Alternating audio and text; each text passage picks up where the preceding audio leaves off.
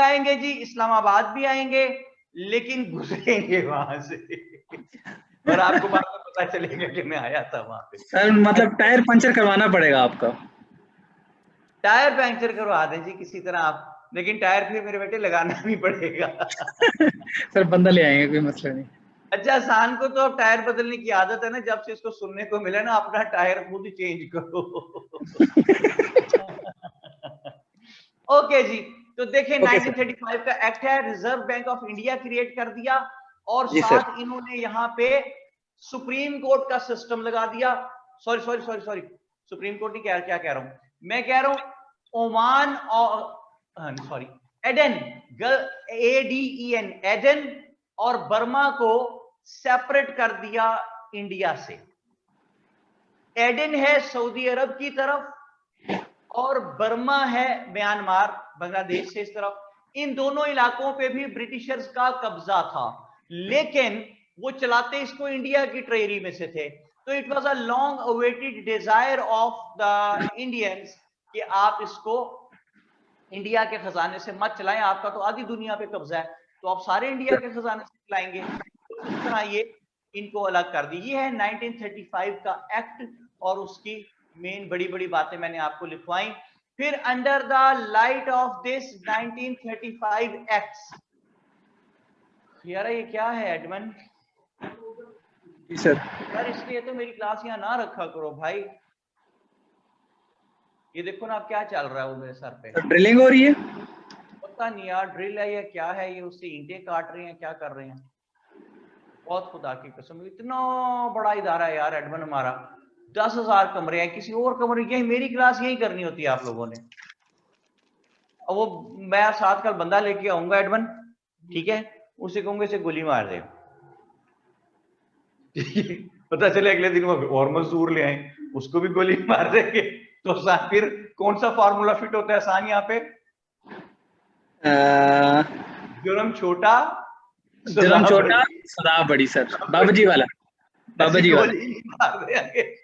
अच्छा जी, है की कहना बाबा जी, वो कह रहे हैं कि कूड़ा है, कूड़ा सट जाएंगे, अही गोले नहीं मार दे। बाबा बड़ा खतरनाक बाबे होते हैं बस। अच्छा जी, ट्रू सर। तो मैं ये कह रहा हूं कि जब 35 का एक्ट बन गया, फिर इस एक्ट की रोशनी में 1936-37 के इलेक्शंस करवाए गए। इन इलेक्शंस में हुई दोनों मेजर पार्टीज की बड़ी बेइज्जती, कांग्रेस की भी और मुस्लिम लीग की भी। टोटल 1771 सीटें थी। इन 1771 सीटों में से कांग्रेस जीत सकी सिर्फ 706 सीटें जीत सकी कांग्रेस, और मुस्लिम्स की 498 सीटें थी, जिसमें से मुस्लिम लीग सिर्फ 106 सीटें जीत सकी, यानी अराउंड 20-21%। तो मैं ये कहता हूं कि भाई दोनों बड़ी जमातें, those who used to raise these slogans that they were the solo representatives of their respective communities, दोनों का स्लोगन गलत साबित हुआ। कांग्रेस को भी बेइज्जती हुई, मुस्लिम लीग की भी बेइज्जती हुई, लेकिन still Congress managed to form its government in 7 provinces, जैसे कि टोटल सीटें बेटा 498 थी शजीहा। अच्छा, जैसे कि सर ये बाकी सीटें कौन जीता था? बाकी, बाकी सीट्स कौन जीता था? हाँ वेरी गुड क्वेश्चन। बाकी देखे, हिंदू महासभा ने भी जीती सीटें उधर से, इधर से मजलिस अहरार थी, पंजाब में यूनियनिस्ट पार्टी थी, ठीक है, KPK में खदरपोश थे, खिदमतगार खुदाई खिदमतगार खदरपोश, ठीक है, और सिंध में एक और पार्टी थी, सिंध में मुसलमानों की ही, उनका नाम मेरे ज़हन में नहीं आ रहा, नोट्स में कुछ लिखा हुआ, तो और जमीयत उलमा हिंद थी। ये काफी अच्छा, फिर मुसलमान काफी सारे जो हैं वो अबुल कलाम आजाद के साथ थे, जो कि कांग्रेस को वोट डाल देते थे कुछ मुसलमान। बहुत बटे हुई थी मुस्लिम लीग ना, मुसलमान बटे हुए थे, हिंदूज भी बटे हुए थे, इसलिए इनको अपनी अपनी सारी सीटें नहीं मिल सकी थी। Still Congress manage to form its government in 7 provinces, जिसमें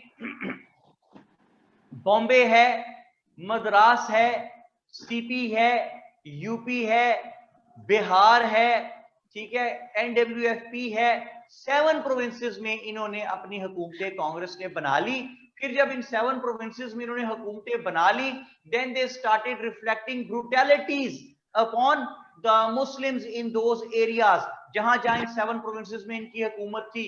फॉर एग्जाम्पल, इन्होंने कहा कि हर सरकारी बिल्डिंग के ऊपर कांग्रेस का झंडा लगेगा भाई, कांग्रेस का। तो देखिए इस वक्त पाकिस्तान में PTI की हुकूमत है, ठीक है, लेकिन हर सरकारी बिल्डिंग के ऊपर पाकिस्तान का झंडा ले रखा है, जी सर। पॉलिटिकल पार्टी का झंडा नहीं होता।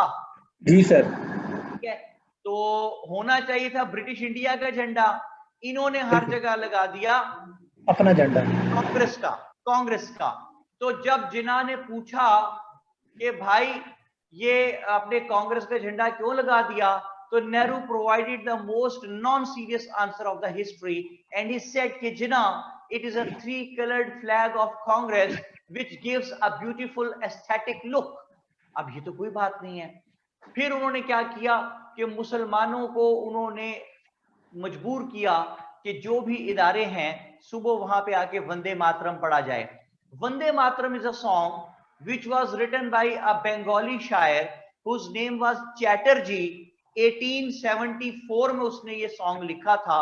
इस सॉन्ग की थीम ये है कि ये जो मुस्लिम्स हैं ये इन्वेडर्स हैं, ये घुस बैठिए हैं, ये जबरदस्ती हमारे इंडिया में आ गए हैं और हम पे कब्जा करके बैठे हुए हैं। ठीक है जनाब। जी सर। सर ये सेम वंदे मातरम है जो अभी पढ़ते हैं वो? जी जी वही है वंदे मातरम, बिल्कुल अच्छा। सेम है। अच्छा जी, इसके बाद आप ये देखिए कि 3 colored फ्लैग ऑफ कांग्रेस है। फिर उन्होंने मुसलमानों के साथ जो है वो बड़ा नारवा सलूक रखा और उन्होंने गौ रक्षा स्कीम लिया है, गौ रक्षा। ओके। गौ रक्षा यानी गाय ज़िबा नहीं कर सकते। अच्छा जी, फिर अजान पे पाबंदी लगा दी। जब अजान होने लगती थी तो मस्जिद के बाहर खड़े होकर शोर मचाने लग जाते थे, ऊंचे ऊंचे गाने गाते ताकि अजान डिस्टर्ब हो। दिल बदतमीज मुझे तो तेरी लत लग गई, ऐसे गाने ना बाहर खड़े होके मस्जिद के बाहर जी गाते सर। थे। तो फिर लड़ाई हो जाती थी, लड़ाई होती थी तो केसेस बनते थे, केसेस बनते थे तो इन्होंने जुडिशरी को इन्फ्लुएंस कर दिया। यानी किसी जज को ये इजाजत नहीं थी कि अगर किसी हिंदू मुस्लिम का मुकदमा चल रहा है तो वो उसका फैसला कर दे अनलेस कि जज के साथ कांग्रेस का बंदा आके बैठा हो। तो जुडिशरी वाज इन्फ्लुएंस्ड, गौ रक्षा स्कीम वाज देयर, अहिंसा स्कीम लेके आए, AHINSAA, अहिंसा। अहिंसा का मतलब होता है नॉन वायलेंस। तो हमारे तो मजहब का बुनियादी सतून है जिहाद। अच्छा, फिर लेके आए विद्या मंदिर स्कीम, यानी स्कूलों का नाम कहते हैं मंदिर कर दो। तो उससे क्या होता है, उससे डिस्क्रिमिनेशन खत्म हो जाती है। मतलब हिंदू बच्चा आया जी कहां से आ रहे हो जी मंदिर से, मुसलमानों का बच्चा है कहा जी मंदिर से, तो डिस्क्रिमिनेशन खत्म हो गई आपकी। मेरी बात समझ रहे हैं आप? जी सर। आप इस पे गौर कीजिए कि ये डिस्क्रिमिनेशन खत्म कर रहे हैं। विद्या मंदिर स्कीम है, अहिंसा स्कीम है, गौ रक्षा स्कीम है, अजान प्रोहिबिटेड है, 3 colored फ्लैग हर जगह लगाया है, विद्या मंदिर स्कीम, सॉरी वंदे मातरम गाने को कहते हैं। हर ऑफिशियल बिल्डिंग में स्कूल के बाहर गांधी जी की मूर्ति लगा दी है और उसको झुक के आप ग्रीट करके आगे जाए। तो मुसलमान गैर अल्लाह के आगे नहीं झुकते, हमारा अपना तरीकाकार है, तो इसमें भी मुसलमानों को एतराज था। So these kind of brutalities were reflected upon the Muslims। और जब मुसलमान इस पे एतराज करते थे तो वो कहते थे कि भाई ये तो होगा, ये तो होगा। तो जब जिना, और जिना क्या कहते थे उन्हें, जिना कहते थे कि भाई ये तो किसी किताब में नहीं लिखा। ठीक है, और कोई बात समझ में आती है भाई? जी सर, चलती फिरती मैयतें हैं सर। ऐसे में जिना ने और मुस्लिम लीग की एलीट ने एक कमेटी बनाई। कमेटी का नाम रखा Pirpur committee. Pirpur committee, Pirpur committee. This committee was headed by a person whose name was राजा मेहदी अली खान।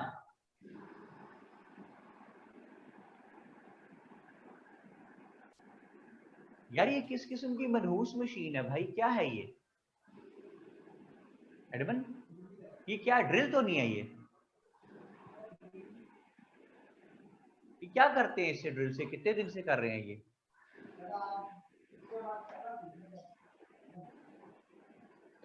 अच्छा, धमकी के बाद पहला दिन था तो नई धमकी दे आई यार, तो तेरा फायदा क्या इतना डाउन होने का बेटा?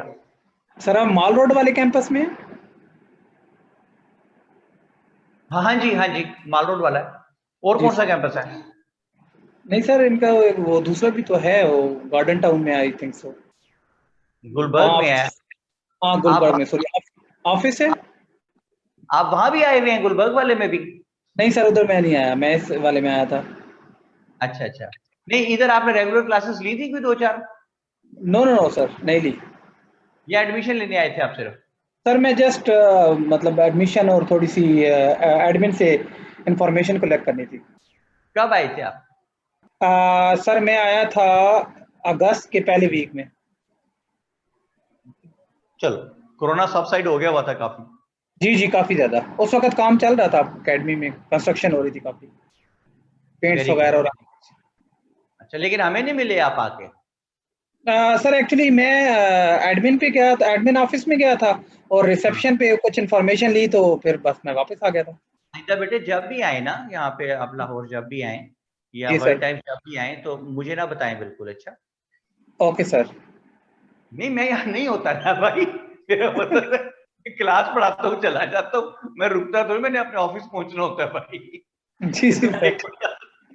एक बंदा ना सर्कस में मुजाहरा कर रहा था, उसने जनाब 15 चरगे, 15 बिरयानी की प्लेटें हैं जी, 8-10 कोरमे की प्लेटें, 20-25 नान खाए, लस्सी के 8-10 गिलास पिए, लोगों ने बड़ी तालियां बजाई, बड़ी तालियां बजाई, कहा वंस मोर वंस मोर। अच्छा, वो बंदा जो है वो सर्कस का मालिक आ गया, कहता सरकार आपका आइटम बड़ा हिट हुआ है, एक दफा और कर दें। उसने कहा भाई मैं नहीं कर सकता, कह रहे एक दफा और। उसने जनाब फिर 15-20 चरगे, 15-20 बिरयानी की प्लेटें, 15-20 कोरमे की प्लेटें, 15-20 नान, बोतलें और लस्सी के गिलास फिर पी गया। वो फिर लोगों ने शोर मचाया, वंस मोर, बड़ा हिट हुआ आइटम। वो सर्कस का मालिक फिर आ गया, कहता है सर एक दफा और कर दे, आइटम बड़ा हिट हो रहा है। कहता है यार क्या मुसीबत डाली हुई है तुमने, तुम्हारा ही काम करता रहूं यहाँ बैठ के, वो घर जाके कोई रोटी शोटी ना खाऊं? ठीक है। सर बट साहब होंगे।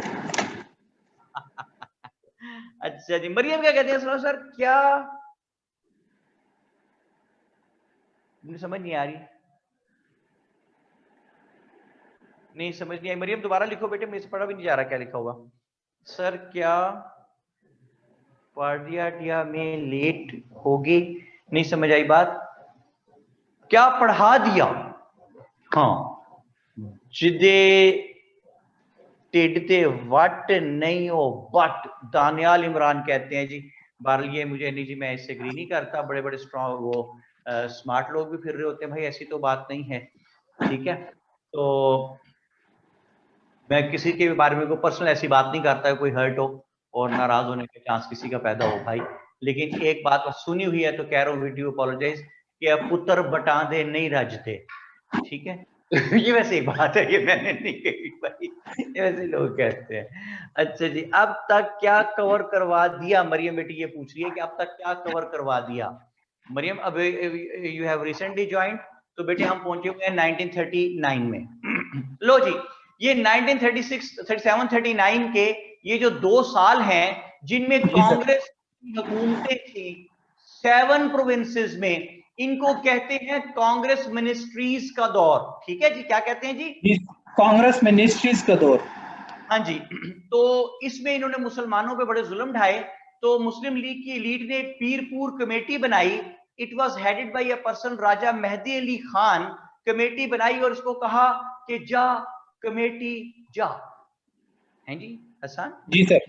जा कमेटी जा। जा जा जा। नहीं, कबूतर नहीं है भाईजान, कमेटी है। अच्छा। ओके। अच्छा अच्छा, हसान साहब अपने साइड बिजनेस की मार्केटिंग भी करता रहता है कबूतरों की।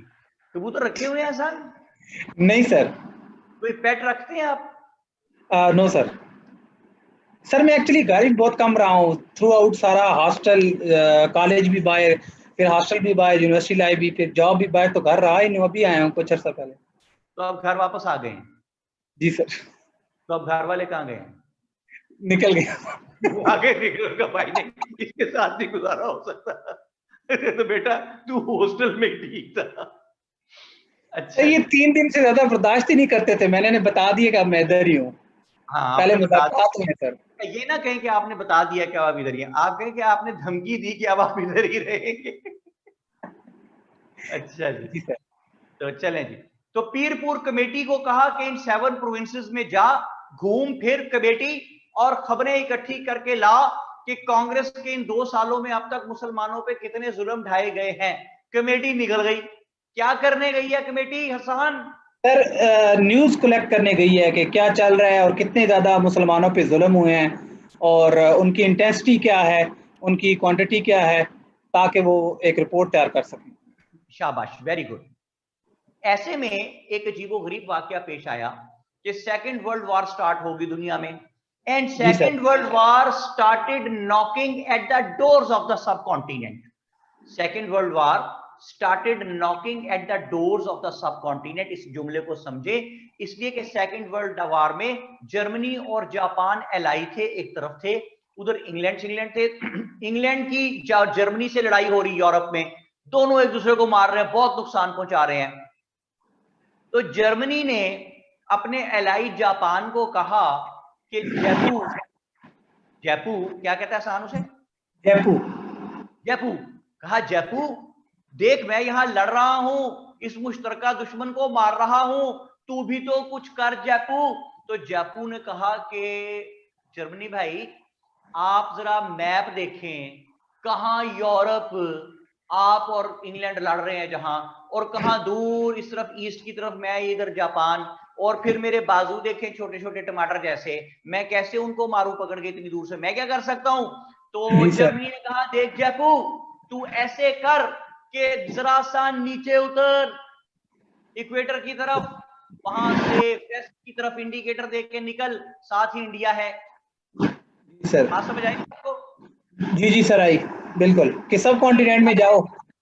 हाँ जी, तू इंडिया को पकड़ के मार, क्योंकि वहां जी इंडिया सर। में भी ब्रिटिशर्स हैं, इन्हीं की हुकूमत है। जयपू बिल्कुल ने सर। कहा, जयपू ने कहा ठीक है पान। जयपू क्या कहता है आसान? ठीक है पान। ठीक है पान, जाना मैं हूं नहीं जाना, मैं बंदे भी नाल लै जाना, ठीक है जी सर। मुंडे नाल लै के जाना।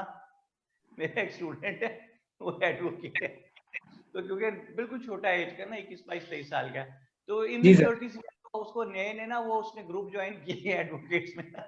अब हर वक्त उसको ये होता है कि मैं मुंडे लैके चलिया नाल, उथे सर मैं उथे गया, थाने पहुंचे, मुंडे आ गए ने नाल।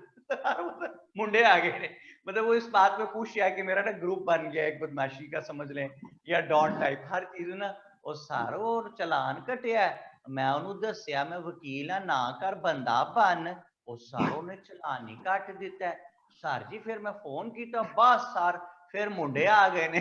यार मुंडे क्यों आ गए ने उत्ते? हर चीज रेस्ट में ऑफ द हिस्ट्री सर। अरे मुंडे आ गए जी उत्ते फिर। तो इसके अब्बू की लड़ाई हुई किसी से, तो वो इसको थाने से फोन आया कि जनाब आप, वो मोहल्लेदारों ने फोन किया कि पुलिस आपके अब्बू को पकड़ के ले गई। ये थाने पहुंचा, तो कहता मैंने कहा फिर क्या हुआ? कहता सर मैं थाने गया हूँ, आगे एसएचओ नहीं बैठा, सीधा नहीं हो गया मेरे साथ वो, कहने लगा इन्होंने लड़ाइयां की हैं, गालियां निकाली मोहल्ले वालों को। तो बहरहाल इन्होंने, अब ये बुजुर्ग हैं तो मैंने इनको जो है मैं फॉरगिव कर रहा हूँ, माफ कर रहा हूँ, आइंदा मैंने इन्हें कहा जरा ध्यान रखें। तो मैं क्या नहीं तू वरना तू की कर लेना सी जो बुजुर्ग ना होंगे। कहता सर मुझे कहने लगा मैंने एफआईआर दे देनी थी। मैं कहा जब प्यो दे दे एफआईआर। मैंने कहा फिर?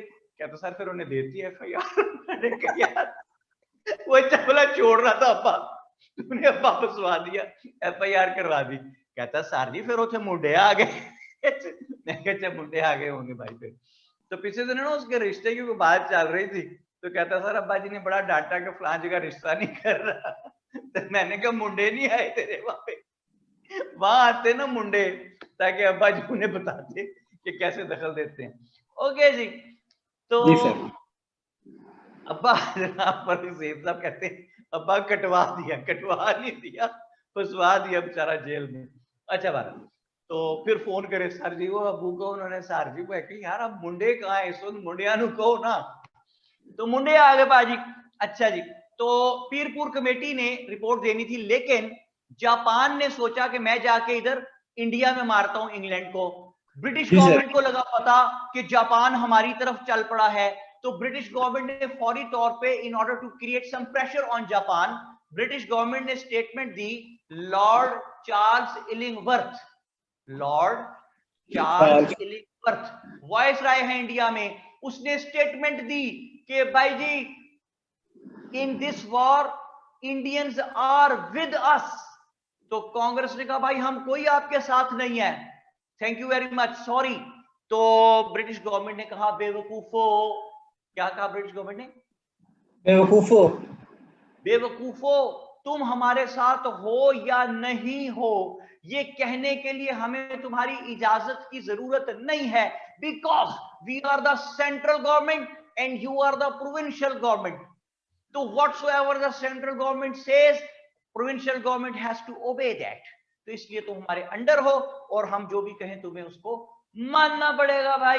तो ब्रिटिश गवर्नमेंट ने जब ये कहा तो कांग्रेस का ग्रैंडर देखें बतौर पॉलिटिकल पार्टी यहां पे, उन्होंने कहा अच्छा हम इसीलिए तुम्हारे अंडर है ना कि हम प्रोविंशियल गवर्नमेंट हैं। उसने कहा यस, उन्होंने कांग्रेस ने कहा ये लो हमने रिजाइन किया। तो रिजाइन कर दिया कांग्रेस मिनिस्ट्री से उन्होंने। 22 दिसंबर 1939 कांग्रेस मिनिस्ट्रीज के रिजाइन पे जिन्ना ने मुसलमानों को कहा कि डे ऑफ डिलीवरेंस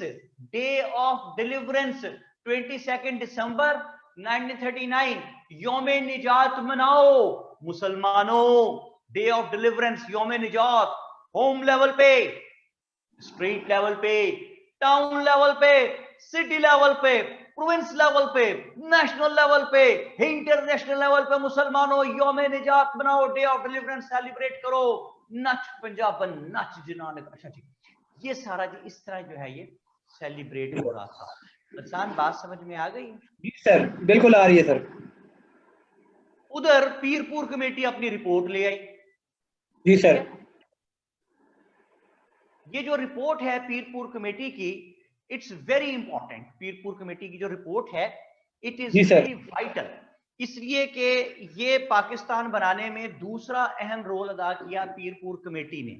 जैसे कि आपको पता है कि पहले इकबाल के क्वेश्चन के आखिरी 2 वर्ड्स पे पाकिस्तान बना था, उसकी वजह से पाकिस्तान के पास सेपरेट इलेक्टोरेट कायम रह गया था। अब ये पीरपुर कमेटी जो रिपोर्ट लेके आई है इसे तारीख में कहते हैं पीरपुर रिपोर्ट। इसकी वाइटल इंपॉर्टेंस है। इस कमेटी ने ये तमाम ब्रूटैलिटीज, ये तमाम मजालिम जो मैंने आपको सुनाए, जो कांग्रेस मिनिस्ट्रीज इन 7 प्रोविंसेस में मुसलमानों के साथ 2 साल करती रही, ये तमाम रिपोर्ट पीरपुर कमेटी ने लिख के दी। और मुस्लिम लीग की इलीट इस नतीजे पे पहुंची कि अभी तो कांग्रेस वालों को हुकूमत मिली थी 7 प्रोविंसेस में अंडर द ब्रिटिश गवर्नमेंट। फिर जुमला सुने हसन, पीरपुर रिपोर्ट पढ़ने के बाद कांग्रेस ने जो जो मजालिम किए थे उनकी तफसील थी पीरपुर रिपोर्ट में। वो पढ़ने के बाद मुस्लिम लीग की एलीट इस नतीजे पे पहुंची कि अभी तो कांग्रेस वालों को हुकूमत मिली थी under the central government of Britishers. बिल्कुल सर। तो इन्होंने हमारे पे इतने जुल्म किए हैं, तो अगर कहीं अंग्रेज चला गया, which was always on the cards के अंग्रेज को जाना ही था, तो अगर अंग्रेज चला और तमाम सेंटर में भी फिर हिंदू होंगे, being majority in the number, centre में भी हिंदू होंगे, प्रोविंसेस में भी हिंदू होंगे, फिर ये मुसलमानों का क्या हशर करेंगे। तो इन्होंने तमाम छोटी डिमांड छोड़ दी पीरपुर कमेटी की। पीरपुर रिपोर्ट पढ़ने के बाद तमाम छोटी छोटी डिमांड छोड़ दी और कहा हमें सेपरेट इलेक्टोरेट नहीं चाहिए, 1/3 रिप्रेजेंटेशन नहीं चाहिए, जॉब्स में कोटे नहीं चाहिए, हाई कोर्ट में जज नहीं चाहिए, यूनिवर्सिटियां नहीं चाहिए, सोशल प्रोटेक्शन नहीं चाहिए, हमें चाहिए तो बस अलग मुल्क, ठीक है, सेपरेट होमलैंड चाहिए। उसकी बेस पे 23 मार्च 1940 को यहाँ पे एक लाहौर रेजोल्यूशन का जलसा होता है जो कि आजकल का इकबाल पार्क और पहले इसको मिंटो पार्क कहते थे। यहाँ जी पे सर। जलसा हुआ 23 मार्च 1940। जिन्ना केम देयर और इस जलसे में जिन्ना ने वाज़े तौर पे कहा कि Hindus and Muslims are two separate nations, Hindus and Muslims are two different nations. ठीक है जी। जी और सर। जिन्ना ने कहा, जुमला सुने, कि the 2.5 years rule of Congress was a soaring experience for the Muslims, and it has created the fear of Hindu domination in our minds. जी फर्ज ये सर। कहते हैं, मिंटो पार्क क्यों कहते हैं यार? फर्क अब कोई सवाल है बेटे पूछने का? मिंटो पार्क इसलिए कहते हैं कि लॉर्ड मिंटो के नाम पे, यार क्या हो गया? अच्छा जी। तो ये जिन्ना ने कहा, फिर इस लाहौर रेजोल्यूशन के अल्फाज सुनिए कि it is the considered view, ये लिखा हुआ है आपके पास नोट्स में, इट इज द जी sir. Considered view of this session of AIML, all India Muslim league, that the northwestern, present day Pakistan, and northeastern, present day Bangladesh, areas of the subcontinent where the Muslims are numerically in majority should be जी sir. consolidated to form independent states where constituent units would be sovereign. ठीक है जी, बात समझ आई आपको? जी sir. ये Lahore resolution है। Immediately it was seconded by the elite class leaders of the Muslims, और अगले दिन प्रेस में, हिंदू प्रेस जो है स्पेशली, उसने खुद ही शोर मचा दिया कि जी पाकिस्तान रेजोल्यूशन पास हो गई, लूट गए जी, बर्बाद हो गए जी, पाकिस्तान रेजोल्यूशन पास हो गई, तूफान मच गया हर तरफ एक। ऐसे में ब्रिटिशर्स, क्योंकि सेकंड वर्ल्ड वॉर भी चल रही थी, तो Britishers wanted to calm down the people of subcontinent, तो उन्होंने यहाँ पे मार्च 1942 में एक भाई को भेजा जिसका नाम था स्टेफर्ड क्रिप्स।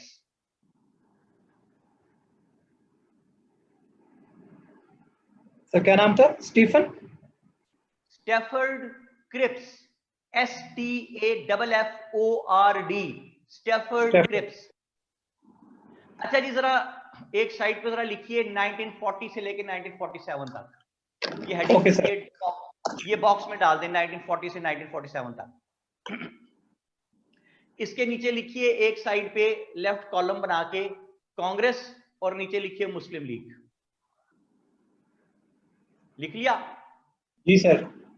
कांग्रेस के आगे लिखिए कि ये क्या कहते थे, ये कहते थे one nation theory, one nation theory plus quit India. ठीक है। अब मुस्लिम लीग के आगे लिख लिए, ये क्या कहते थे? Two nation theory plus divide and quit India. ठीक है सर। जी स्पॉग में खटक कहती है, रिपीट कर दे, मैं रिपीट कर देता हूं जनाब, कि 1940 से 47 तक ये जो 7 years हैं, इनमें दोनों बड़ी जमातें कांग्रेस और मुस्लिम लीग दो दो स्लोगन्स पे चल रही थी। कांग्रेस कहती थी वन नेशन थ्योरी है प्लस क्विट इंडिया, इंडिया से तुम जाओ ब्रिटिशर्स, और मुस्लिम लीग क्या कहती थी? टू नेशन थ्योरी प्लस, अंग्रेजों को क्या कहते थे कि डिवाइड एंड क्विट इंडिया, पहले डिवाइड करो फिर जाओ। करो। जी सर। समझ आ गई जी बात? जी सर। ये 7 years इन्हीं दोनों स्लोगन्स पे चलते हैं। फिर फिर मार्च 1942 में सर स्टेफर्ड क्रिप्स यहां आता है। इसको तारीख में कहते हैं क्रिप्स मिशन। जी सर। क्रिप्स मिशन क्या है? क्रिप्स मिशन ये है कि स्टेफर्ड क्रिप्स यहां आके लोगों को कहता है कि आप नाराज ना हो, जो ही वर्ल्ड वार, ये वार खत्म होगी तो हम यहां तमाम प्रोविंसेस में इलेक्शन करवा देंगे, पहली बात। दूसरी बात क्या कहता है? कहता है कि we promise Indian dominion status, India को डोमिनियन स्टेटस दे। डोमिनियन स्टेटस क्या होता था कि आपको इंडिपेंडेंस मिल जाएगी, आप खुद अपने साथ कुछ किया करेंगे, लेकिन you will remain under the crown. हम चले जाएंगे यहां से, आप खुद ही अपना मुल्क चलाते रहेंगे, लेकिन आपकी इंडियन डोमिनियन जो है क्राउन के अंडर होगी। तो वो बड़ी अच्छी बात थी ये। तीसरी बात वो ये कहता है क्रिप्स कि इंडियन डोमिनियन जो बनेगी पूरी, अगर कोई स्टेट उसका हिस्सा रहना चाहे तो रहे, अगर किसी स्टेट ने उसका हिस्सा नहीं बनना तो वो इंडिपेंडेंट हो जाए। ठीक है जी। जी सर। अब ये पहली मर्तबा इंडिया के किसी पार्ट की इंडिपेंडेंस की बात होती नजर आती है, जो कि क्रिप्स मिशन में नजर आई है। तो वो कहते हैं अलग हो जाए। लेकिन चौथी जरा क्लॉज सुने कितनी अजीबोगरीब है। वो कहता है अगर किसी स्टेट ने अलग होना है ना, इंडिया से इंडिपेंडेंट रहना है, तो उसकी असेंबली के 60% मेंबर्स कहें, 60% मेंबर्स कहें कि हाँ हमने अलग होना है। लो जी, क्रिप्स मिशन की इस बात पे हिंदूज को तो आग लग गई, कांग्रेस को। उन्होंने इसका स्वीयर बायकॉट किया और उन्होंने कहा how dare the Britishers talked about the independence of any part of India. कैसे जुर्रत कैसे हुई किसी भी पार्ट की बात की, इंडिपेंडेंस की क्यों बात। अच्छा, दूसरी बात, मुस्लिम लीग ने भी बायकॉट कर दिया। हालांकि मुस्लिम लीग के तो स्टैंड के ये काफी नजदीक थी बात, क्यों हसन? जी सर। तो अब बात ये बनी कि कांग्रेस वाले जो है वो बायकॉट कर रहे हैं इसलिए कि आपने किसी भी हिस्से की इंडिपेंडेंस की बात क्यों की। मुस्लिम लीग क्यों कर रही है, उसके तो स्टैंड के नजदीक है। तो भाई मेरी बात सुने, एक आदमी का अब्बा मर गया, ठीक है, अब्बा को दफनाने लगे, तो कब्रिस्तान में उस बंदे ने ऐलान किया कि अब्बा जी से जिस किसी ने जो जो पैसे लेने, मैं जिम्मेदार, मैं दूंगा पैसे का। लोग आ गए, एक कहता 4 लाख दे दे, कहता 2 लाख देना है, कहता 3 लाख देना है इन्होंने। तो वो डर गया, शर्मिंदा नहीं हुआ, कहता ठीक है अब्बा जी उठ के कह दे इन्होंने देने हैं मैं दे दूंगा। ठीक है जी, बात मतलब समझे ना, अब्बा जी उठेंगे ना कहेंगे ना देने पड़ेंगे। तो अब मैं बात को रिलेट करता हूं, मुसलमान किसी जगह 60% थे ही नहीं। बिल्कुल। 60% मुसलमान जब है ही नहीं तो वो कहेंगे तो ही क्या नहीं, इंडिपेंडेंस का तो हमारे लिए भी बेकार हो गई। ठीक है जी सर। जी। तो इसका मतलब Cripps mission ended in a failure. दोनों बड़ी जमातों ने उसका बायकॉट कर दिया और उसको कंडेम किया। और जवाब में अगस्त 1942 में कांग्रेस ने क्विट इंडिया मूवमेंट स्टार्ट की। ये क्विट इंडिया मूवमेंट इतनी जालिम थी कि लाखों लोगों ने इसमें पार्टिसिपेट किया। मूवमेंट का ऑब्जेक्टिव क्या है कि ब्रिटिशर्स को कहा जाए क्विट इंडिया, वो तो ना हो सका। लेकिन ऑलवेज रिमेंबर माय वर्ड्स कि there are many movements in the world, those who do not get their prime objectives apparently, but those are having huge impacts on other sides in some other aspects। जैसे कि quit India movement ने लाखों की तादाद में लोग निकले, गांधी जी ने डू और डाई इसको कहा, लाखों की तादाद में हिंदू सड़कों पे आए, लोग आए। ब्रिटिश गवर्नमेंट ने बहुत मारा इनको, शूजो शूज कर दिया जी, मार मार के। क्या कर दिया आसान? शूजो शूज सर। शूजो शूज कर दिया, जॉगर्स मारे, वेकेशन मारे और जनाब जेलों में भर दिए, जेलों की जेलें भर गई। 1.5 साल तक ये मूवमेंट चली, तकरीबन दिसंबर 1943 तक चली। ये अपना ऑब्जेक्टिव तो हासिल न कर सकी, लेकिन it manage to show the Britishers that gone were the days when the Britishers were able to snatch the basic rights, the fundamental rights of the Indians. Gone were the days where they were not having the consciousness about their rights. Gone were the days when they were having obliviousness about their rights. Now the Indians had waken up. Now the Indians had got the consciousness about their rights. And now it would become very difficult for the British government to deprive them of and to hold their country for a longer period of time. हिला के रख दिया quit India movement ने Britishers को, और इसने natives को भी ये बता दिया कि if we become united, तो what a great and strong power we can be. Moreover, quit India movement ने पूरी दुनिया को ये पैगाम दे दिया कि ब्रिटिशर्स ने हम पे कब्जा किया हुआ है और ये हमारे पे जबरदस्ती मुसल्लत है, and we want them to quit our country. तो दिसंबर 1943 तक ये मूवमेंट चली, quit India movement. It has got great importance और इसकी बड़ी कंट्रीब्यूशन है ब्रिटिशर्स को ये रियलाइज करवाने में कि अब ब्रिटिशर्स को यहाँ से जाना ही पड़ेगा। वक्त मुसलमान भी इसका पार्ट थे? सॉरी, मुसलमान इस मूवमेंट का पार्ट थे कि नहीं? जो मुसलमान जो कांग्रेस में थे वो इसका पार्ट थे, बिल्कुल थे, मुस्लिम लीग ने इसमें हिस्सा नहीं लिया। अच्छा जी, तो ये आपको मैंने बताई कितनी जबरदस्त किस्म की मूवमेंट चलाई कांग्रेस वालों जी ने। सर। नवंबर 1943 में खत्म हो गई, लेकिन बड़ा इंपैक्ट अपना छोड़ गई। बिल्कुल। ऐसे में 1944 में गांधी जिना टॉक्स, गांधी जिना टॉक्स, ये जो चेन आपके पास बना हुआ है ना पेज 41 पे, जी सर। उसमें चीजें सारा चेन लिखा हुआ 1947 तक हम जा रहे हैं। गांधी जिना टॉक्स, गांधी जी आए जिना के पास। गांधी का एक दोस्त था, उसका नाम था राजगोपाल आचार्य। राजगोपाल आचार्य। हाँ जी, अचार बड़े शौक से खाता था ओके सर। और रोज घर में अचार गोश्त की डिश बनवाता था। जी ठीक है। सर, कौन सा अचार, आम वाला या लीमू वाला? अच्छा, आप ये देखिए कि हसान को हर वक्त अपने बिजनेस की फिक्र होती है। ठीक है, केड़ा अचार है जी, है सानू दसो ना, वंजो जरा दसो सानू, वंजो वंजो दसो कि अचार जो अंब वाला है, लीमू वाला है या लसूड़े वाला अचार है, केड़ा अचार है, सानू दसो जरा। ठीक है यार, हसान काम की बात हो रही है भाई, आप बीच में अचार की दुकान खोल के बैठ गए। सर माइंड गरम सर। हसान धंधा ये क्या गरम। होता है जुमला, इसका जरा मतलब बताएं हमें। चलो चलो वंजो इथों, वंजो इसका क्या मतलब सर है? जाए यहाँ से। जाए यहां से, ठीक है जी ना। वंजो, वंजो इथों, वंजो। अच्छा, और अगर जी कहना हो कि बाहर जाके, अब देखो मैंने सीख लिया ना आसान से कि वंजो का मतलब है कि जाए यहां से। तो जी मेरे से कोई पूछे कि, अब मैंने भी ये जबान सीख ली इनकी, तो मुझे कोई पूछे कि अगर किसी को कहना हो कमरे से जाओ यहां से, तो मैं कहूंगा वंजो, वंजो इथों, तो इसका मतलब है यहां से जाओ। तो फिर जी मुझे को सर। पूछे कि अच्छा जी, अगर बंदे के आप बाहर खड़े हैं और उसको अपने पास बुलाना है, तो फिर क्या कहेंगे?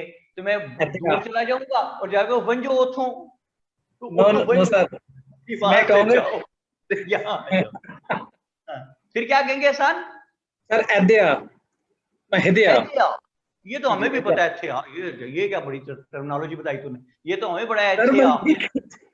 सर हम फारसी थोड़े ना बोलते हैं, हम पंजाबी बोलते हैं, वो भी लाहौरी की एक शाख ही आ गई, ये समझ ले, पंजाबी की हाँ एक शाख है हमारी। हाँ, ऐदा ते औदा, है ना। जी सर। यार कल को फैसलाबाद का स्टूडेंट थे ना मेरे साथ यहाँ पे, ऐदा ऐदा, ये अच्छा कोई और बैच था मुझे याद नहीं। ऐदा ते औदा ते ऐथे ते औथे की हैगा यार, बुरा हाल बाऊ के दिहाड़े हैं जी, चंद्रे न्याणे हैगे। अच्छा जी, छोड़े इसे। क्या बात हुई? राजगोपाल आचार्य, जी सर। राजगोपाल आचार्य आ गया, जिना को कहने लगा यार चार गोश्त खिलाओ। अच्छा नहीं लगा, एक दफा फिर जिना को बेवकूफ बनाने आए। जंगवी डायलेक्ट इन चकवाल। हाँ जी, चकवाल में आप जंगवी डायलेक्ट बोलते हैं जी, ये क्या नो है? सर, नो सर, हाँ, ये माझी बोलते हैं इसको, बेसिकली ये नाजी, माझी, माझी। मांझी, सर इट्स पोटोहारी, आप कह लें, पोटोहारी की एक टाइप है पोटोहारी पंजाबी की की। टाइप है ना, पोटोहारी की एक टाइप है। सर इसको पोटोहारी पंजाबी की एक टाइप है ये। एक सेकंड, हम कहते हैं कि पोटोहारी की टाइप है, लेकिन हसान कहता है पोटोहारी की एक टाइप है, पोटोहारी। ये आखिर में तेज क्यों हो जाता है जाके लफ्ज? सर वो सर मैं एक्सेंट, शायद एक्सेंट का इशू होता है। सर मैं वहां पे गया था, वहां ठीक है, वहां यार, वहां पे गया था। अलिफ पे ज्यादा जोर डाल देते हैं यार सारा। अच्छा चले, मैं क्या कह रहा हूं भाई, मैं ये कह रहा हूं कि राजगोपाल आचार्य और गांधी जी आए और आके जी सर। जिना को कहने लगे कि जिना, अगर आप वक्ती तौर पे, जरा प्लान सुने क्या है जिना, अगर आप वक्ती तौर पे पाकिस्तान की डिमांड छोड़ दें तो हम यूनाइटेड हो जाएंगे, यूनाइटेड हो जाएंगे तो पावर बन जाएंगे, पावर बन जाएंगे तो ये यहां से इनको निकाल देंगे ब्रिटिशर्स को। जब ये चले जाएंगे फिर हम आपस में बैठ के डिसाइड कर लेंगे कि कितना एरिया आपको देना है रहने के लिए पाकिस्तान, कितना हमने रखना है, कितना कंबाइंड डिफेंस रखना है, कितना आपके पास कितना हमारे पास, कितनी एडमिनिस्ट्रेशन आपके पास कितनी हमारे पास, कितना फाइनेंस आपके पास कितना हमारे पास। वक्ती तौर पे बस है वही, इनको डराने के लिए वक्ती तौर पे आप पाकिस्तान की डिमांड वापस ले लें। तो जिना इस चाल में नहीं आए और गांधी जिना टॉक्स एनडीटी ने फेलियर, जिना ने इनकार कर दिया। वो चाहते क्या थे? वो ये चाहते थे कि एक दफा जिना कह दे कि हाँ ठीक है हमने छोड़ी पाकिस्तान की डिमांड, तो उसके बाद जब बात होगी कभी ब्रिटिशर जब चले जाएंगे तो हम कहेंगे भाई ये पाकिस्तान वाली बात तो आपने खत्म कर दी थी। मेरी बात समझे आप? जी सर, This is उन पर what ट्रस्ट नहीं किया जा सकता था। already done. This is what they had already done with the Muslims in Lucknow Pact. कि सारी बातें हमारी मान ली थी, बाद में जब eight the time of performance of the promise Nehru report में तो मुकर गए, कहते कोई सेपरेट इलेक्टोरेट नहीं होना चाहिए इनके लिए, कोई 1/3 रिप्रेजेंटेशन नहीं देनी। बात समझ रहे हैं आप? जी सर बिल्कुल, उन पर ट्रस्ट नहीं किया जा सकता था सर। जी बिल्कुल। तो जिना नहीं माने जी, तो Gandhi Jinnah talks 1944 ended in a failure. फिर 1945 में ब्रिटिश गवर्नमेंट एक और कोशिश करती है और शिमला में शिमला कॉन्फ्रेंस होती है 1945 में। It was headed bye Lord Wavell. मेरी बात को याद रखिएगा कि तारीख में 3 दफा शिमला का मेनली जिक्र मिलता है। एक शिमला डेलीगेशन 1906, दूसरा ये शिमला कॉन्फ्रेंस 1945 और तीसरा Shimla agreement 1972 which took place between Zulfikar Ali Bhutto and Indira Gandhi, जिसमें हमने POWs प्रिजनर ऑफ वॉर हमारे जो है वो हमने वापस लिए थे भुट्टो साहब ने। अच्छा जी, तो मैं क्या कह रहा हूं, 1945 Shimla conference headed by Lord Wavell. इसमें उन्होंने बहुत खुले दिल का मुजाहरा किया ब्रिटिशर्स ने कि किसी तरह इनको काम डाउन कर दिया जाए लोकल्स को। उन्होंने कहा कि लोकलो, क्या कहता है लॉर्ड वेवल? लोगो, लोकलो, लोकलो, ओके लोकलो, लोकल्स है ना? जी जी सर लोकलो। कहता है लोकलो।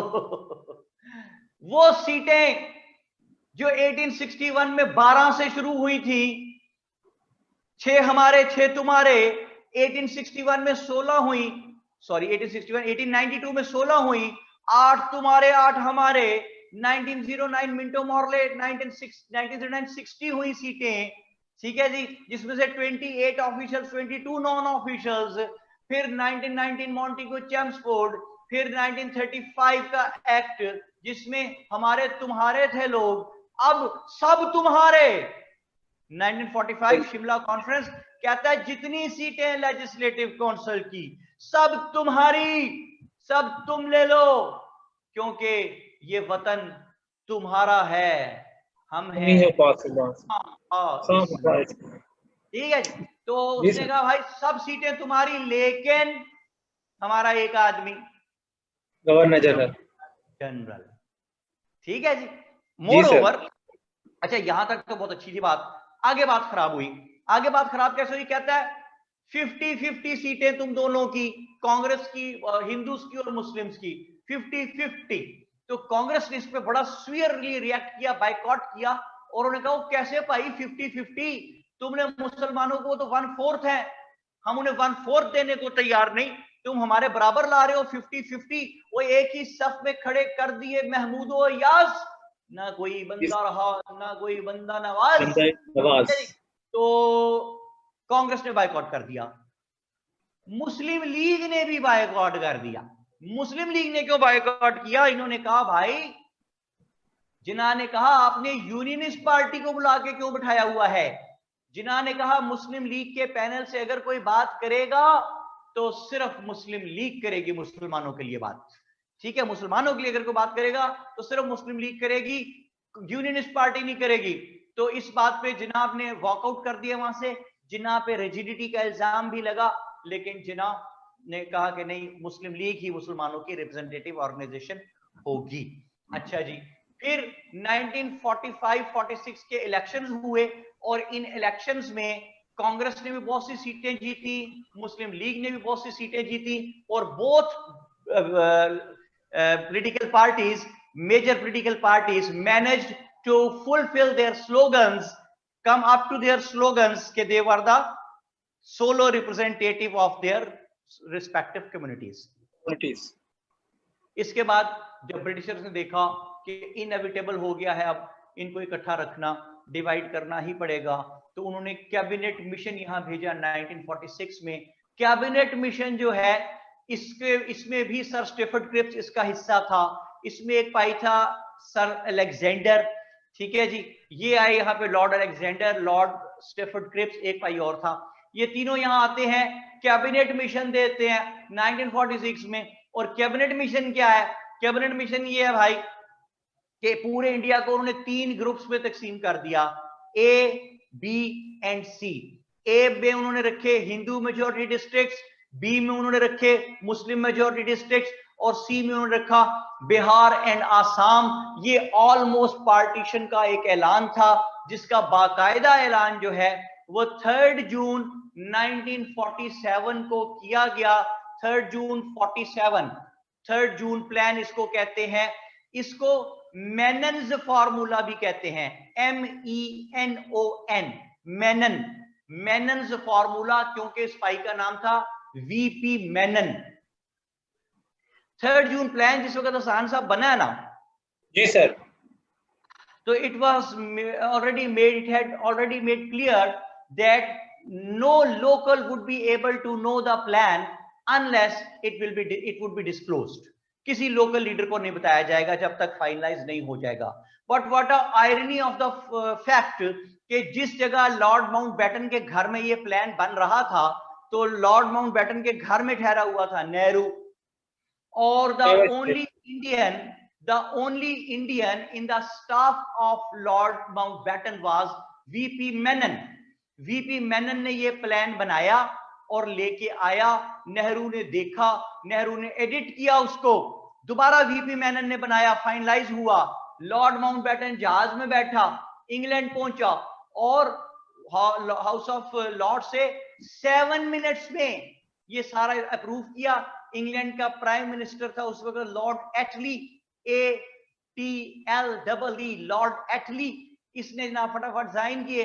लॉर्ड माउंटबेटन वो 3 जून डॉक्यूमेंट साइन होके वापस लेके आया, और यहाँ पे बड़े बड़े जो लीडर थे, गांधी था, पटेल थे, जिन्ना थे, लियाकत अली खान वगैरह, इनको वो प्लान डिस्क्लोज किया गया, और जिन्ना ने भी इसको एक्सेप्ट किया, सबने एक्सेप्ट किया। 3 जून प्लान की डिटेल सुन लें। 5 सूबे हैं which are required to be categorised, कि इन्होंने नई डोमिनियन में जाना, नए कॉन्स्टिट्यूएंट यूनिट में जाना है। न्यू कॉन्स्टिट्यूएंट यूनिट कौन सा है हसन? पाकिस्तान, ठीक है जी सर। तो 5 सूबे हैं, लिखे। पहले ऊपर सबसे लिखे सिंध, नीचे लिखे KPK, उसके नीचे लिखे बलोचिस्तान, उसके नीचे पंजाब लिखें, पंजाब के नीचे 3-4 लाइनें खाली छोड़ें, फिर बंगाल लिखें। ओके हो गया जी सर। सिंध कैसे, सिंध का क्या बनेगा जनाब? सिंध को कहा कि सिंध तेरी लेजिस्लेटिव काउंसिल फैसला करेगी कि तूने एग्जिस्टिंग कॉन्स्टिट्यूएंट असेंबली के साथ रहना है, एग्जिस्टिंग जो इंडिया है, या न्यू कॉन्स्टिट्यूएंट असेंबली के साथ रहना है जो पाकिस्तान है। तो सिंध की लेजिस्लेटिव काउंसिल ने कहा कि मैंने न्यू कॉन्स्टिट्यूएंट यूनिट असेंबली के साथ रहना, जो कि पाकिस्तान है। समझ आ गई जी बात? जी सर। KPK को कहा कि KPK तेरे में होगा रेफरेंडम, और रेफरेंडम कौन करवाएगा? रेफरेंडम करवाएगा सेम इलेक्टोरल कॉलेज जिसने 1945-46 के इलेक्शंस करवाए थे। सेम इलेक्टोरल कॉलेज 1945-46 के जिसने इलेक्शंस करवाए थे। अच्छा जी, बलोचिस्तान का फैसला कैसे होगा? उसको कहा कि बलोचिस्तान तेरा जिरगा सिस्टम फैसला करेगा कि तूने न्यूली फॉर्म्ड कॉन्स्टिट्यूएंट असेंबली के साथ रहना है पाकिस्तान के साथ, या एग्जिस्टिंग कॉन्स्टिट्यूएंट असेंबली इंडिया के साथ रहना है। ये तो काम था जी, सीधा सीधा ये तो हो गया। अब है रौला पंजाब और बंगाल का, क्योंकि ये दोनों आपस में लगते हैं, इनमें लाइन लगानी पड़ेगी, डिमार्केशन करनी पड़ेगी, पंजाब में भी और बंगाल में भी। तो पंजाब को उन्होंने 2 डिस्ट्रिक्ट्स में तकसीम किया, हिंदू मेजॉरिटी डिस्ट्रिक्ट और मुस्लिम मेजॉरिटी डिस्ट्रिक्ट। इसी तरह बंगाल को भी 2 डिस्ट्रिक्ट्स में तकसीम किया, हिंदू मेजॉरिटी डिस्ट्रिक्ट और मुस्लिम मेजॉरिटी डिस्ट्रिक्ट। अच्छा, अब जब मुस्लिम मेजॉरिटी डिस्ट्रिक्ट को अलग करने के लिए लाइन लगाने गए वहां पे, तो लाइन कैसे लगाए? वहां तो ब्लड शेड हो रहा है, वहां तो चॉटिक सिचुएशन है, मेस फैला हुआ है, लड़ाइयां झगड़े हो रहे हैं, मार कुटाइयां। तो एक हफ्ता ब्रिटिश गवर्नमेंट को समझ ना आई कि लाइन कहां लगानी है। बिलाखिर ब्रिटिश गवर्नमेंट ने यह फैसला किया कि यार जो इन्होंने बड़ी जमातों ने आपस में डिसाइड किया हुआ है कि कितने परसेंट हमारे पास और कितने परसेंट तुम्हारे पास, वहां लाइन लगा देते हैं। तो इन्होंने कहां डिसाइड किया था आपस में? लखनऊ पैक्ट 1916 में डिसाइड किया था। तो लखनऊ पैक्ट में मैंने कल आपको बार बार याद कराने की कोशिश की थी इसीलिए कि बंगाल में वी वर 53% और हम मान कितने पे गए थे? 40% पे। तो जो लाइन 53% पे लग के हमें इतना बंगाल मिलना चाहिए था, वो हमें इतना बंगाल मिला क्योंकि लाइन 40% पे लगाएगी, जो हमने खुद एग्री किया था लखनऊ पैक्ट में। एंड सेम पंजाब जहां पे हम 55% थे लखनऊ पैक्ट के मुताबिक और हमने उसको मान लिया था 50% पे, तो वो भी 5% हमारा नुकसान हो गया। आपने अक्सर सुना होगा कि जनाब लुधियाना, अमृतसर, जलंधर सारे सारे पाकिस्तान विच आने सीगे तो जनाब वो जिहड़ा हैगा सी ना लॉर्ड माउंटबेटन, वो जिहड़ा माउंटबेटन सीगा ਉਹਨੇ जनाब बेईमानी की हैगी सारी, तो पाकिस्तान के जिन्ने एरिए सीगे लुधियाना ये भी उधर कर दिता इंडिया वाले। नहीं, वो 5% में फॉल कर गए जो हमने खुद छोड़े हुए थे। मेरी बात समझ आई है सर? तो जी सर, समझ आ गई। That is Iqbal Lucknow pact के बहुत खिलाफ थे और वाकई आपने देखा कि even at the time of partition 1947 Lucknow pact proved fatal for the Muslims. they lost 13% land of Bengal and 5% of Punjab। जी सर। ठीक है सर, इसमें जो गांधी साहब ने जो किया था, वो एडिट किया था, वो क्या किया था?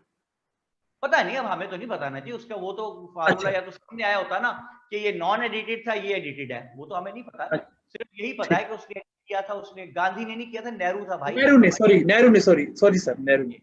ले जनाब 1774 से स्टार्ट हुए, 1947 तक आए, पाकिस्तान बना लिया। ऐसे बनता पाकिस्तान। पाकिस्तानियों, अब आपने एक काम करना है कि आपने घबराना नहीं है। कॉलम वाइज आइए 1774 से 1947 तक, इससे फायदा उठाए। मैंने जो बातें आपको बताई हैं अभी फ्रेश है आपके माइंड्स में, इससे फायदा उठा लें। अभी आज कल तक के अंदर अंदर 1774 से 1947 तक ये सारे कॉलम्स पढ़ लीजिएगा, प्लीज पढ़ लीजिएगा।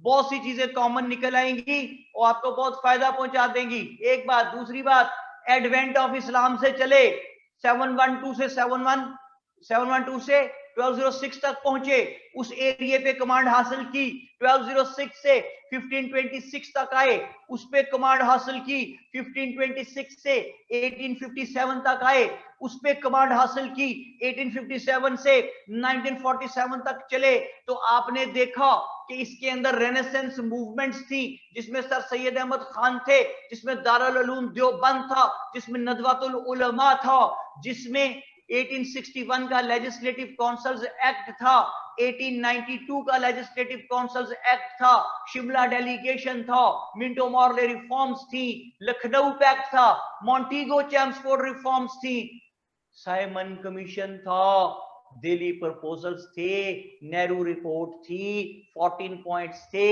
और राउंड टेबल कॉन्फ्रेंसेस थी जिनके अंदर कम्युनल अवार्ड और Poona pact, Gandhi Irwin pact भी थे। 1935 का एक्ट था। फिर उसकी रोशनी में 1936-37 के इलेक्शंस थे। फिर कांग्रेस मिनिस्ट्रीज का दौर था जो 1937 से 39 तक चला था। उस पे फिर पीरपुर कमेटी बनी, Pirpur report I. Second world war was knocking at the doors of subcontinent. तो यहां पे कांग्रेस ने अपनी मिनिस्ट्री से रिजाइन किया, डे ऑफ डिलीवरेंस सेलिब्रेट किया गया, 1940 लाहौर रेजोल्यूशन होती है और फिर दोनों बड़ी जमातें दो दो स्लोगन्स पे चली जाती हैं।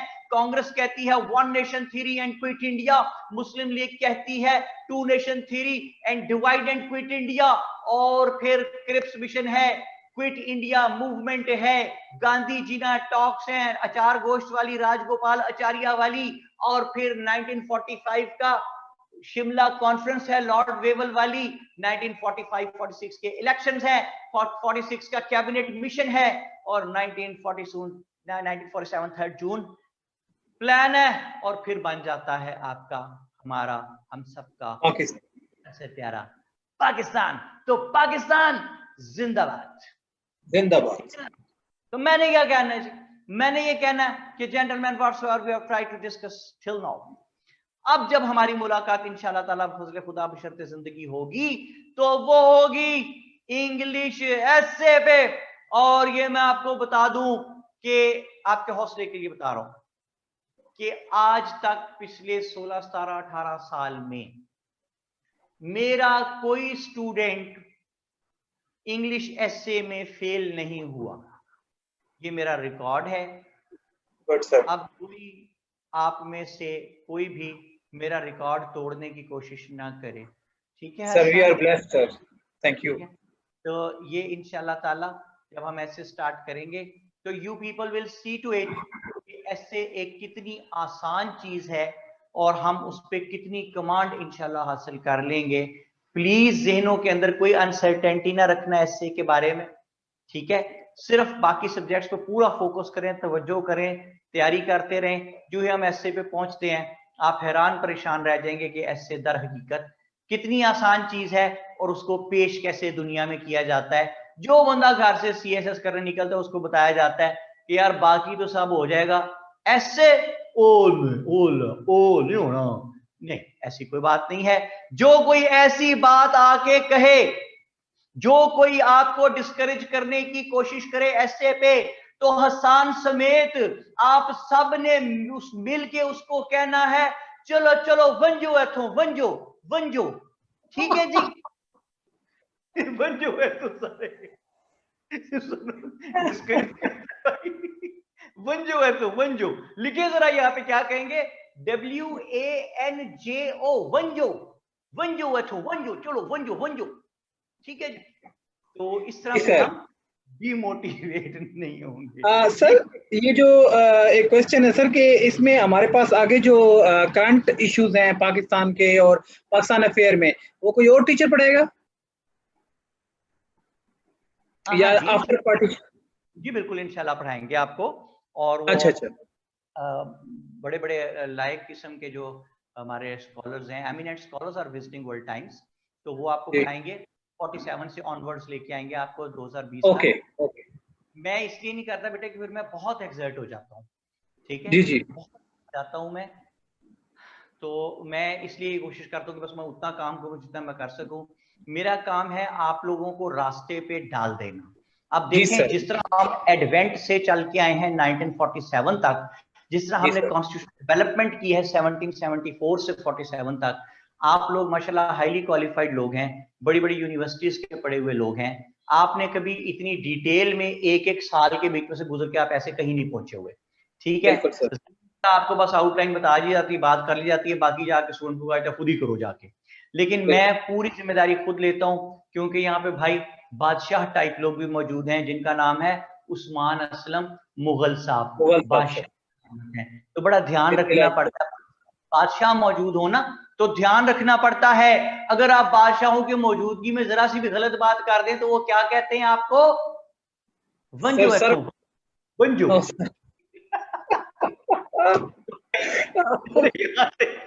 मेरे यहाँ से वंजने का टाइम आ गया। अब आपसे मुलाकात होगी इंग्लिश एस्से में जी, ठीक है जी? और मैंने क्या कहना, मोस्ट सोगिया क्या कहती most favourite sentence is on the way that will make my day. ठीक है जी, फेवरेट सेंटेंस ही आएगा, गुस्ताखी माफ सर, ना चीज है हम, असलम मुगल साहब कहते हैं।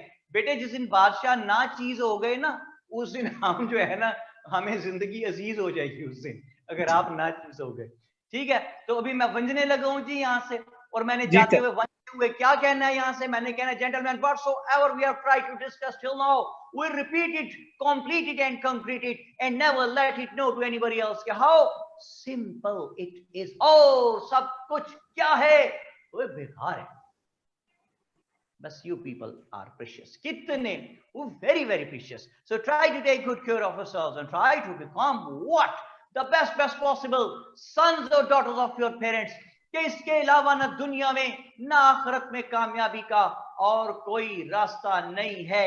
मेरे पास अल्लाह पाक का करोड़ एहसान जितना अरूज है, जितनी फैसिलिटीज हैं, जितनी रिस्पेक्ट है, ये सब एक ही वजह से है कि माँ बाप के साथ साये की तरह रहता था, उनको किसी बात पे इनकार नहीं करता था, उनका किसी बात पे दिल नहीं तोड़ता था, छोटी छोटी बात भी उनकी मैं अपने लिए ऐसे समझता था जैसे ये मेरी जिंदगी का फर्ज अव्वलीन है कि मैं ये छोटी सी बात जो माँ जी ने कही है, डैडी ने कही, इसको पूरा कर दूं किसी तरह। इसी वजह से अल्लाह पाक ने मुझे इतना नवाजा हुआ है, वरना मैं तो खलंडरा सा आदमी हूँ, पढ़ाई के भी खिलाफ हूँ, वाकई खिलाफ हूँ, हर वक्त मजाक करता रहता हूँ। तो ये इतनी इज्जत अल्लाह पाक ने इसीलिए दे रखी है, यहीं से कमाया है सब कुछ, अदर देन रिलीजियस जो आपकी इबादत हैं, उसके अलावा दुनियावी बात मैं कर रहा हूँ। ठीक है जनाब, तो try to take good care of yourselves और माँ बाप की खिदमत किया करें, ढेर सारी खिदमत किया करें, जितनी कर सकते हैं उतनी कम से कम जरूर किया करें। आपको बहुत प्यार होगा माँ बाप से, लेकिन प्यार का इजहार किया करें, क्योंकि मोहब्बत इजहार मांगती है और बार बार मांगती है। दुनिया की मुकद्दस तरीन मोहब्बत जो अल्लाह पाक से होती है वो भी दिन में 5 बार इजहार मांगती है। तो मोहब्बत इजहार मांगती है, माँ से बाप से प्यार किया करें, बाहर जाएं कहीं वापस आए। आपके पास अभी स्टैब्लिशमेंट के फेज में ज्यादातर बच्चे, आपके पास जितने पैसे वैसे होते हैं बाप ने दिए होते हैं, लेकिन उसमें से भी आते हुए अब्बा जी के लिए कुछ लेके आए। आप यकीन करें वो आपको कहेंगे क्यों चुक लिया ना, ना पहला मेरे को नहीं चाहिए, छड़िया करना ले आकर, लेकिन बाद में हर आने वाले को बताएंगे यार मेरा बेटा जब जाता है मेरे लिए कुछ उठा के ले आता, मेरे से बड़ा प्यार करता है यार। ठीक है, शहर से बाहर आए हुए हैं, रोज फोन किया करें, बताया करें कि अब्बा जी यहाँ सब कुछ है, बस मैं आपको बहुत मिस करता हूँ। वो बड़े खुश होंगे कि मेरा बेटा जो है वो मुझे, या आपको डांटेंगे और तू अपना काम करने भेजा, तू मैनू मिस कर रहे हो, उसे अपना काम कर, दिल आके काम करेगा, पढ़िया कर। लेकिन उनको दिल में खुशी होगी कि मेरा बेटा मुझे याद करता है, मेरा बेटा मेरे से प्यार करता है। तो मैं ये कहता हूं कि जन्नत में जाने का बेहतरीन रास्ता है माँ बाप की खिदमत करें, क्योंकि इसके अलावा अगर कोई और रास्ता है तो उसका मुझे इल्म नहीं है। See you all next time in some other class. Till then it's Salman Kazmi signing off. Thank you very much.